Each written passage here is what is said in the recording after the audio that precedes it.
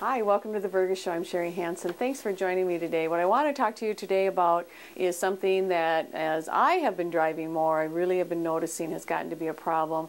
And from the insurance standpoint, we have really gotten to notice it as a problem with our accidents, with our claims, and it's just getting to be something that we definitely need to address. Now, what you might think here is I've got some foreign language going on up here, but what this is texting language. And what the campaign that Auto Owners is doing on this to get the awareness out there, and I'm taking it into our local schools, it's wait to text. Wait to text. When you find you're texting, those kids are getting it done as short as they can so they can get as much words on there as they can. When you look at this, you got, oh my God, best friends forever, laugh out loud, talk to you later, got to go. You know, there's all sorts of different things on there. And you talk to any teenager, they know what that's about.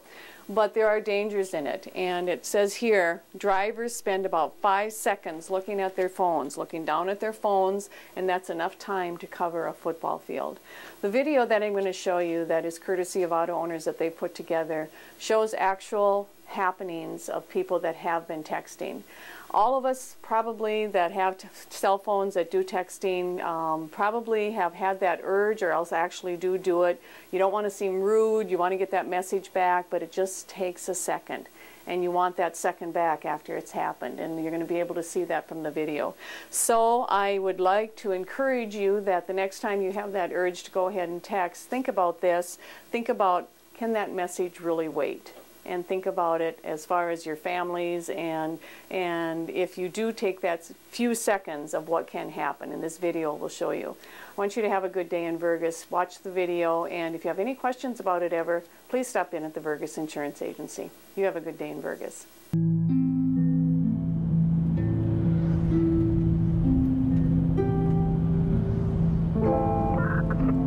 My name is Grant Hendricks. I'm a trooper with the Missouri State Highway Patrol.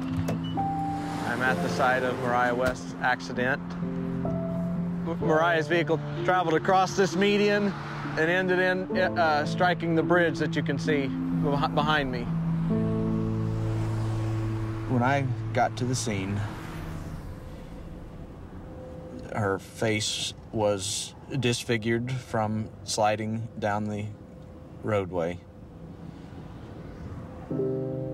It's funny, the first thing I noticed about her was her shoes. Lying in the roadway in a large pool of blood, I noticed her shoes, and I thought, this is a young girl. That's the first thing I thought when I saw this. And at that point is when I noticed her cap and gown was still in her car. She was going to graduate the next day. It was just a really horrific scene, all because of a senseless text message.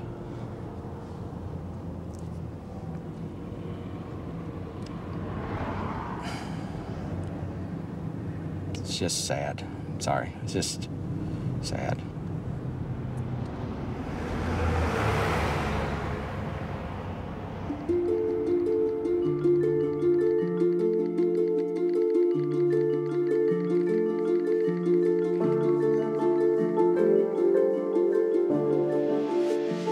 Ashley would text hundreds of messages every day. That was the way we kept in touch. We would definitely text more than we talked. Mariah was a multitasker extraordinaire. She could text better than anyone I know. She could be having one conversation with me, completely focused, while having a text conversation with somebody else. When you do something 7,000 times a month, you tend to learn where those 26 letters are. We would be at school, at home, movies, bowling, driving. not even looking at her phone. Just simple, Insignificant. Useless bullshit, whatever it may be. about anything and everything. Just a way to pass the time. It didn't matter where we were constantly texting.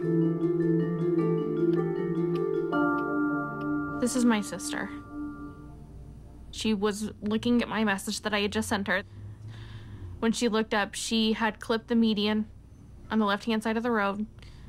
Her truck flipped, and as it was flipping, she was actually ejected through the driver's side door, and she landed in the ditch about 300 feet from her truck. People will tell you over and over again, it's not your fault.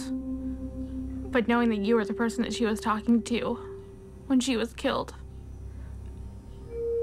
Just knowing, having a highway patrol officer write in a report that a text message sent at 12:05 is the reason that she is dead is not something that will ever go away.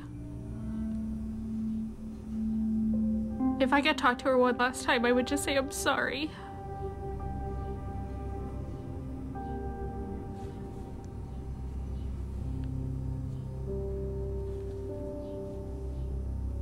This is her cell phone that she used in the accident. 4 little letters. That's what killed her.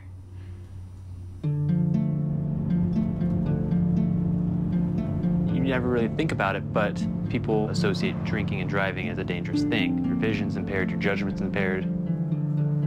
But if you look at texting and driving, your vision's not even there. You're not even looking at the road.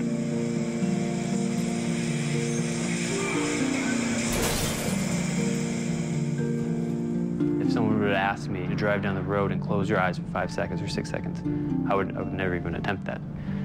But then if someone asks, read this text message and respond to that in about the same length of time, well, that would be no problem. I'd done that numerous times in the past before this accident. I was on my way home. I had my girlfriend in the car, and I'm just reading a text message, responding. I was looking up every couple seconds or so, like I always did. And I just hear a loud scream next to me, and the next second I look up and I see a bicyclist crashing the windshield.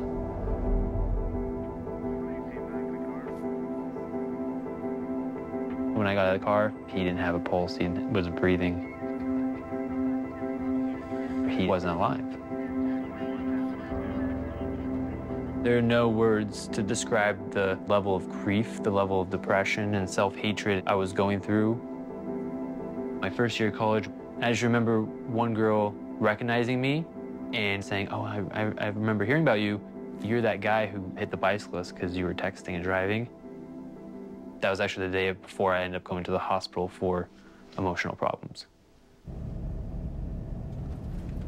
I sent one stupid, meaningless text, LOL, and killed the man.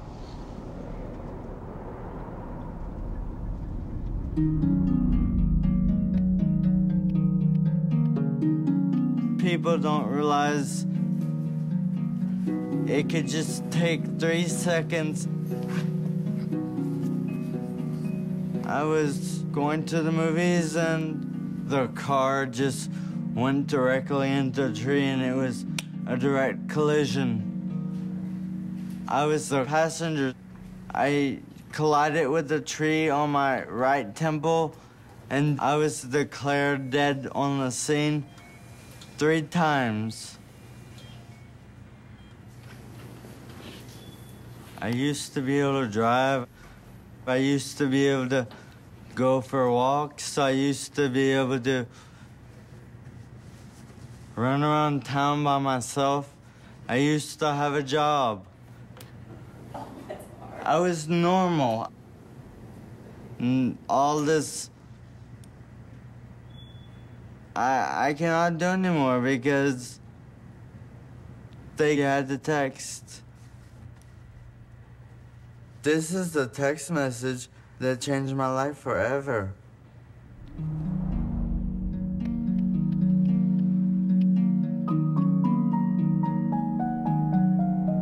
The day before her graduation, my daughter drove to go meet a boy, and she never made it.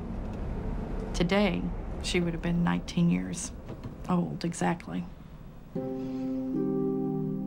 Mariah never wanted a minute to go by that she wasn't doing something. She wanted to do everything all at one time with friends and family and just having a good time. That's what she loved. Friends would tell me from school that, you know, the best part of the day at school was Mariah coming down the hall because she'd stop to give everyone a hug.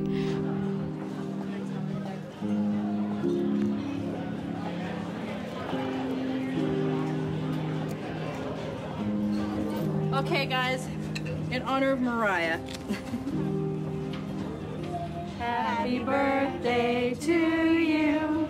Happy birthday to you.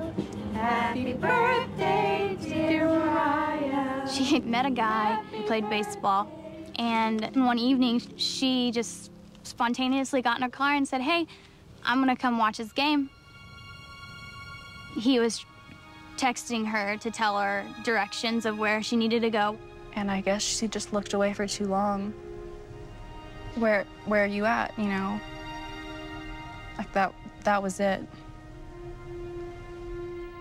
One of her friends had no idea that she had been in an accident, so he kept texting. We ended up having to send him a text back to say, please stop. She's in critical condition in the hospital, and we don't know if she'll even make it. She always worked her magic, you know, and still to this day, without her being here, she's so much still a part of our lives every day. She was our sunshine. She really was.